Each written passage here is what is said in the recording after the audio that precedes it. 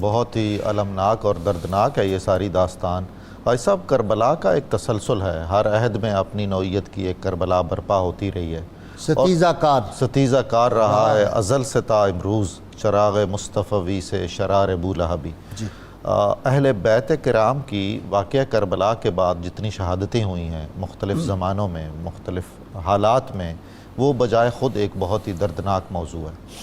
اور امت کو اس کا علم ہے، ذرا تفصیل سے ہونا چاہیے۔ حضرت امام زید بن امام زین العابدین 80 ہجری میں آپ کی ولادت ہوئی ہے مدینہ منورہ میں، 122 ہجری میں آپ کی شہادت ہوئی ہے۔ ہجرت رسول صلی اللہ علیہ وآلہ وسلم کے 61 برس بعد سانحہ کربلا ہوا ہے، اور سانحہ کربلا کے 61 برس بعد یہ شہادت ہوئی ہے، دوسری کربلا ہے، جی ہاں، اور اس کے بعد پھر تسلسل ہے۔ حضرت امام زید کی جو شخصیت ہے اس میں چند پہلو بہت ہی نمایاں ہیں۔ ایک یہ کہ آپ کے والدہ ماجدہ سندھ کی تھیں، حضرت امام زین العابدین کی اہلیہ، تو اس پورے خطے کو یہ شرف حاصل ہے کہ یہ حضرت امام زید کا ننھیال ہے۔ اہل پاکستان کو اس پر فخر کرنا چاہیے، بے شک و شبہ ہے، کیا یہ نسبت ہے، اور ایسی بڑی نسبت، ایسی نسبت۔ دوسرا غازی صاحب، اہل بیت نے متفقہ طور پر آپ کو مدبر قرآن کہا ہے۔ آپ نے اکابر صحابہ کے علاوہ اپنے اہل خاندان سے تربیت پائی، علم حاصل کیا،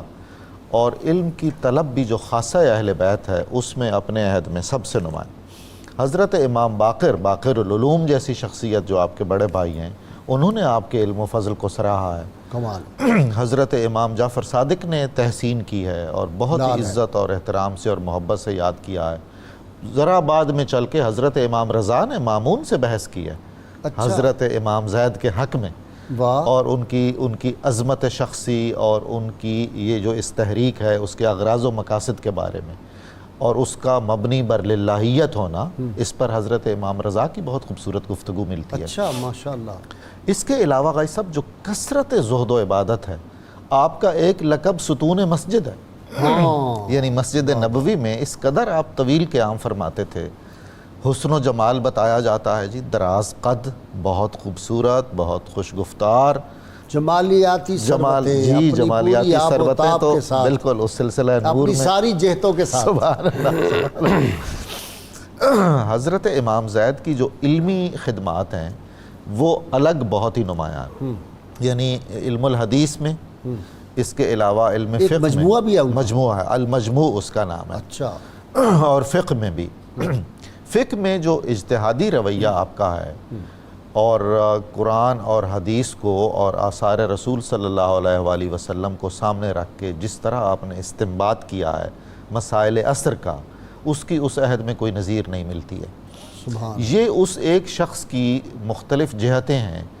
جس کی بنیادی وجہ شہرت مجاہد ہونا ہے، اور جس کی بنیادی وجہ شہرت حمیت دینی ہے، اور جو ملوکیت کے لیے واقعی بہت بڑی للکار تھا، لرزہ براندام۔ جی بابا جی، اتنی جرت، ہمت، لیکن ایک بات مجھے جو سمجھائیں آپ، 80,000 بندہ بیعت کرتا ہے، جب کھڑا ہونا پڑتا ہے تو 218۔ یہی بات ہے کہ میں بسم اللہ الرحمن الرحیم، میدان کربلا میں کیا ہوا تھا؟ میدان کربلا سے پہلے حضرت مسلم بن عقیل رضی اللہ تعالی عنہ کے دست پرست پر سیدنا امام حسین کی خاطر ان لوگوں نے 30,000 لے، 20,000 لے بیعت کی تھی، لیکن جب میدان کربلا میں آئے نہ وہ بیعت رہی، بس وہ بیعت پڑھتے پڑھتے انہوں نے میدان کربلا کا مارکا جو ہے بزوں میں خیز تو انہوں نے سر کر لیا، لیکن یہ جو بات تھی ان کے سر میں پڑ گئی۔ یوں محسوس ہوتا ہے کہ یہ حضرت زید بن زین العابدین علیہ السلام یہ عین حسین پاک کی صورت پر آج اسی راستے پہ چلے، اور جیسے کوفیوں نے بے وفائی کی حد کر دی حضرت سیدنا امام حسین علیہ السلام کے ساتھ، ایسے ہی انہی کوفیوں نے حضرت زید